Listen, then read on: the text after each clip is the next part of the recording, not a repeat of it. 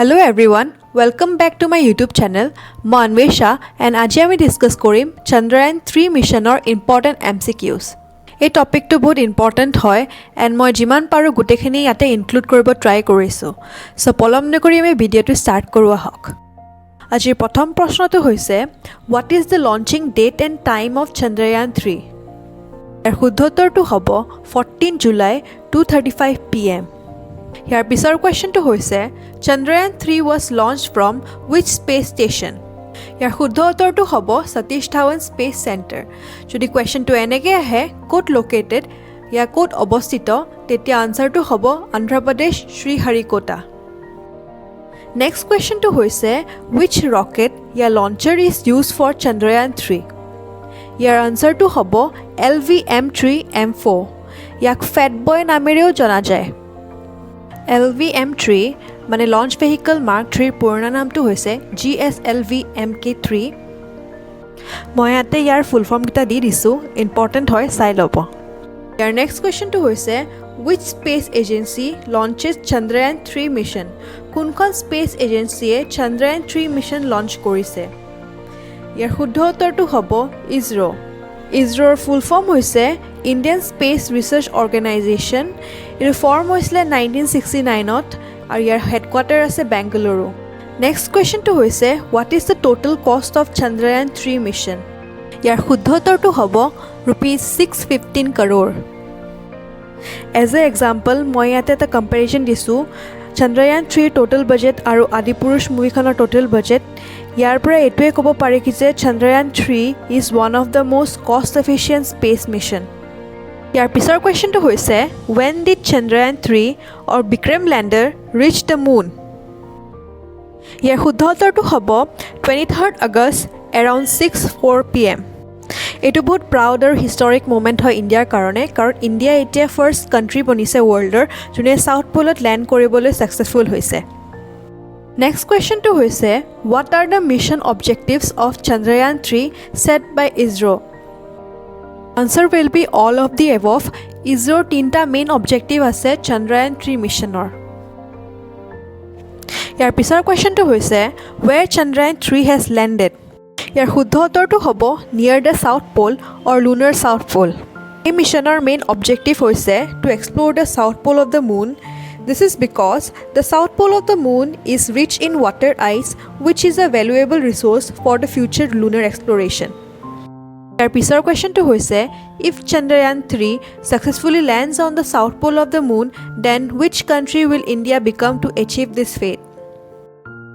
The author to hobo first India has already created a history becoming the first country of the world to land on the South Pole of the moon.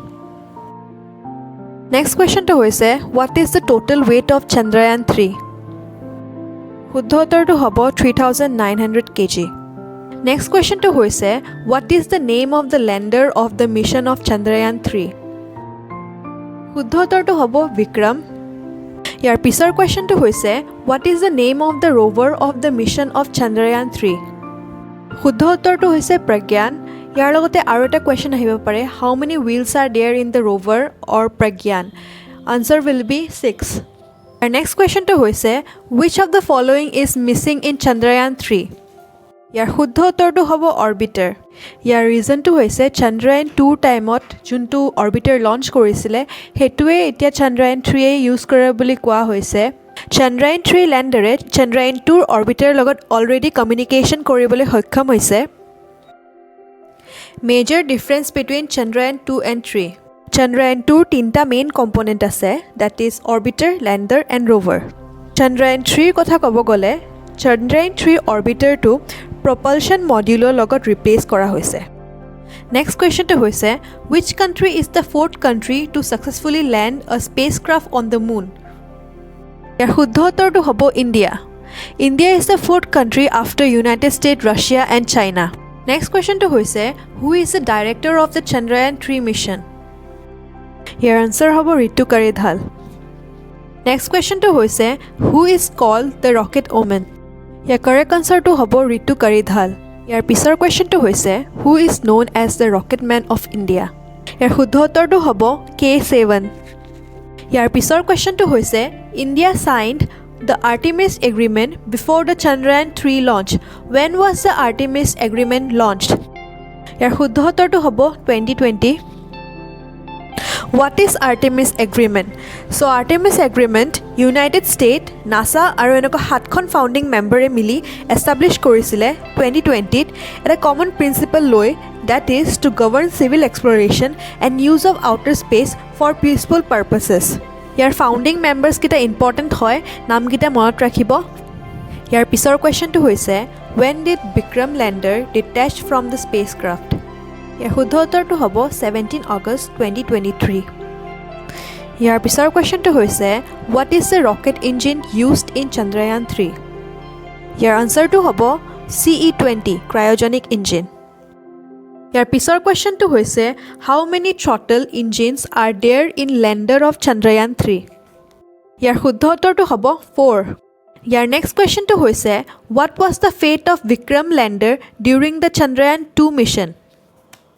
শুদ্ধ উত্তৰটো হ'ব it crash landed on the moon. ইয়াৰ পিছৰ কুৱেশ্যনটো হৈছে what is the average distance between earth and the moon? অৰ্থাৎ চন্দ্ৰ আৰু পৃথিৱীৰ মাজত দূৰত্ব কিমান আছে? ইয়াৰ শুদ্ধ উত্তৰটো হ'ব 3,84,400 কিলোমিটাৰ. ইয়াৰ পিছৰ প্ৰশ্নটো হৈছে who is the present chairman of ISRO 2023? ইয়াৰ কাৰেক্ট আনচাৰটো হ'ব S. সোমনাথ. ইয়াৰ পিছত কেইটামান picture based MCQ question include কৰিছোঁ. Who was the first person to step on the moon? ইয়াৰ আনচাৰটো হ'ব নীল আৰ্মষ্ট্ৰং. নেক্সট কুৱেশ্যনটো হৈছে with the help of which spacecraft did Neil Armstrong reach the moon? ইয়াৰ আনচাৰটো হ'ব Apollo 11. Next কুৱেশ্যনটো হৈছে who is known as the moon man of India? ইয়াৰ শুদ্ধ উত্তৰটো হ'ব মাল্যস্বামী আন্নাদুৰাই. ইয়াৰ পিছৰ কুৱেশ্যনটো হৈছে when did India launch its first rocket? ইয়াৰ শুদ্ধ উত্তৰটো হ'ব 21 November 1963. এইটো ফাৰ্ষ্ট লঞ্চ কৰিছিলে কেৰেলাৰ তিৰুৱনন্তপুৰমৰ ওচৰৰ থুম্বাত. আজিৰ শেষৰ কুৱেশ্যনটো হৈছে who was the first chairman founder of ISRO? ইয়াৰ শুদ্ধ উত্তৰটো হ'ব বিক্ৰম সাৰাভাই. আজিলৈ ইমানে. যদি আপোনাৰ ভিডিঅ'টো চাই ভাল লাগিছে লাইক, শ্বেয়াৰ এণ্ড কমেণ্ট কৰিব নাপাহৰিব. Thank U.